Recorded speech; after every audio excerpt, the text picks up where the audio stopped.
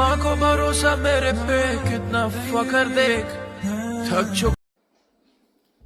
नमस्कार. आता तुम्ही जो व्हिडिओ बघितला तो यांचा आहे. मी जान्हवी आणि हे माझे मिस्टर किशोर. तर त्या व्हिडिओला तुम्ही खूप खूप खूप लाईक्स दिले आणि शेअर पण खूप केले. त्याच्याबद्दल सगळ्यांचं मनापासून धन्यवाद. तर 21 तारखेला पोस्ट केला होता नाही 21 तारखेला व्हिडिओ पोस्ट नाही केला. तो इन्सिडेंट झाला होता 21 तारखेला दिवाळीच्या दिवशी संध्याकाळी रात्री 8:30 वाजता. आम्ही घरात सगळं आवरून वगैरे खाली गेलेलो. तर हे फुलझाड लावत होते. तर ते फुलझाड लावता लावता सुरसुरी त्याच्याजवळ कॉन्टॅक्टमध्ये नेली आणि ते ब्लास्ट झालं. त्याच्यानंतर एवढा मोठा ब्लास्ट होता तो. हातातले हे पाण्याच्या पाची बोटं गेले ते. आता ही हाताची अशी रिकव्हरी आहे. हे बघा हा बोट दाखव. एवढा डेंजर जळालेलं होतं ते. तर मला खूप मेसेजेस आलेले काय झालं होतं काय नाही. पण मी ठरवलं होतं जोपर्यंत रिकव्हरी होणार नाही तोपर्यंत मी कोणताही व्हिडिओ पोस्ट करणार नाही. तर मग आता भरपूर रिकव्हरी झालेली आहे. तर म्हटलं मग आता पोस्ट करू काय झालं कसं झालं कशा प्रकारे झालं. तर ते आता मी आज तुम्हाला सांगणार आहे. दिवाळीच्या दिवशी संध्याकाळी 8:30 वाजता आम्ही खाली गेलेलो होतो. हे माझी मुलगी झाड सुरसुऱ्या सगळे पेटवत होते. तर लास्ट एक 8 झाडं पेटवले आम्ही जास्त झाडं आणलेले पण नव्हते आणि 400 रुपयाचे फटाके आणले होते. आम्ही गोव्याला चाललो होतो. रात्री 1:30-2 वाजता निघणार होतो. आम्हाला माहित नाही त्या दिवशी अमावस्या लागणार आहे. फक्त सांग ना तुम्हीच बोलू का माझ्या घसाला कोरड पडली. अचानक निघायचं ठरलं 1:30-2 वाजता. पण ते देवाचे काहीतरी चांगली पुण्य आहे काहीतरी थांबून घेतलं आपल्याला. आणि ते झालं असं आम्ही रात्री 1:30 वाजता निघणार होतो. म्हणजे आता झाड फुटलं म्हणून मग ते डायरेक्ट ऍडमिट झालो. आणि देवाची काहीतरी संकल्पात सगळे लोक म्हणत होते तुम्ही काहीतरी पुण्य केलंय तुमच्या वाटेमध्ये पुढे खूप विघ्न येणार आहे. आता रिसेंट 4-5 दिवसामध्ये भरपूर ऍक्सिडेंट झाले घाटामध्ये. अजून एक लेडीज ती प्रेग्नेंट लेडीज ती बर्न पण झाली गाडीमध्ये. ती पण एक भयानक घटना घडली. आता 2 दिवसापूर्वी 6 मुलं गेले. ते पण एक अवघड झालं. ते पण रात्रीच्याच वेळेस झालं. कुठेतरी काहीतरी एक पॉझिटिव्हिटी होती ती आम्हाला थांबवत होती. हे आम्ही काय ठरवलेलं गोव्याला जायचंय तर 10,000चे फटाके 15,000चे फटाके आम्ही नेहमीच आणतो. ते यावेळेस ठरवलं 10,000चे फटाके आणण्यापेक्षा आपण ते गाडीत पेट्रोल टाकू जाऊन येऊन आमचं ते होईल. मग त्याऐवजी आम्ही 400 रुपयाचे फटाके आणले मुलीपुरते. तर हे जात नव्हते खाली. म्हटलं ती खाली खेळतीये तिच्याकडे लक्ष द्या. तर 8 झाडं पेटवले. निघताना चपली खाली कोणाचं तरी एक झाड आलेलं. ते फुलझाड म्हणतात त्याला. काही लोकांना झाड हा प्रकार माहित नाही. फुलझाड असतं फुलझडी. आणि आलं तर हे म्हणे जाऊया पेटूया. तर सुरसुरीच्या कॉन्टॅक्टमध्ये ते झाड आलं आणि ते डायरेक्ट ब्लास्ट झालं. उडलं नाही काहीच नाही. मी तो व्हिडिओ आत्ता मी याच्यावरती किंवा खाली तुम्हाला दिसेल तो व्हिडिओ मी टाकते. झाड कशा प्रकारे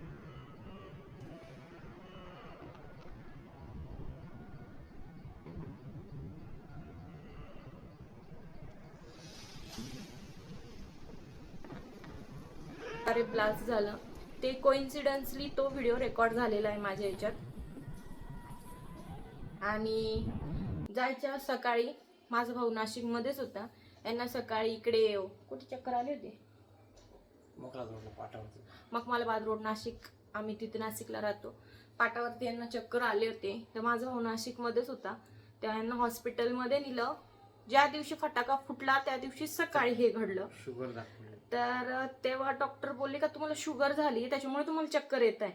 तर मग म्हटलं ठीक आहे. मग आमचं जाणं तळ्यात मळ्यातच होतं. जाऊया नाही जाऊया. पण यांनी काय ऐकलं नाही.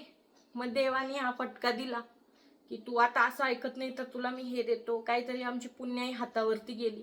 नाही तर घाटात आत्ता एवढे इन्सिडेंट आता रिसेंट तर आम्हाला आता माहिती नाही. त्या दिवशी अमावस्या होती.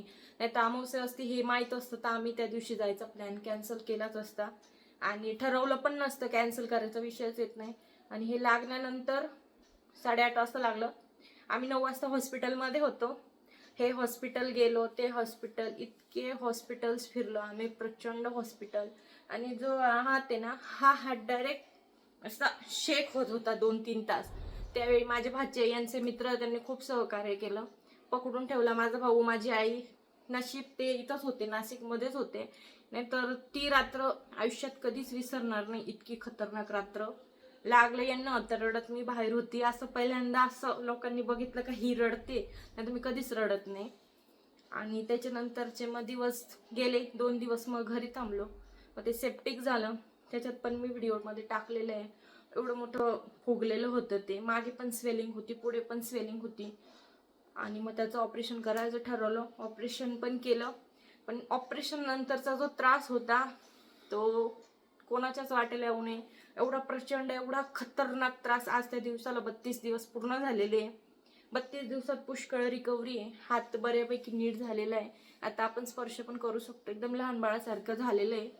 पण ठीक आहे, आता बाकीचं वाक साहेब बोलतील काय सांगायचं ते. माझ्या बायकोची खूप पुण्य आहे.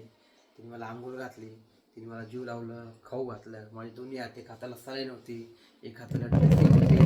तिने खूप सहकार्य केलं माझं, खूप जीव लावला, खूप काळजी केली माझी. सगळ्या गोष्टी खाणं पिणं, आंघोळ बिंघोळ, लहान बाळासारखं तिने मला आंघोळ घातली, केस विचारले, पावडर लाव, कपडे घाल, सगळ्या गोष्टी तिने माझ्या केल्या. त्यामुळे तिचे खूप आभार आहे. आभार आहे का? लोकांचं केलंय का मी? मूर्ख.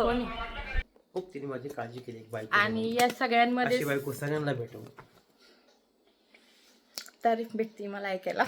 खूप छान केली तिने माझी काळजी. खाणं पिणं, टाइम टू टाइम गोळ्या, औषधं, चांगला. त्याच्यामुळेच आज मी आहे. तिने मला खूप साथ दिली. खरंच अशी बायको सगळ्यांना भेटावी. माझं लव्ह मॅरेज तरी पण. आमचं लव्ह मॅरेज आहे. लोकांना असं वाटायचं पहिले हे दोघं जण सोबत राहणार नाही, टिकणार नाही. आणि आज आम्ही 15 वर्ष चालू आहे सोबत आहे.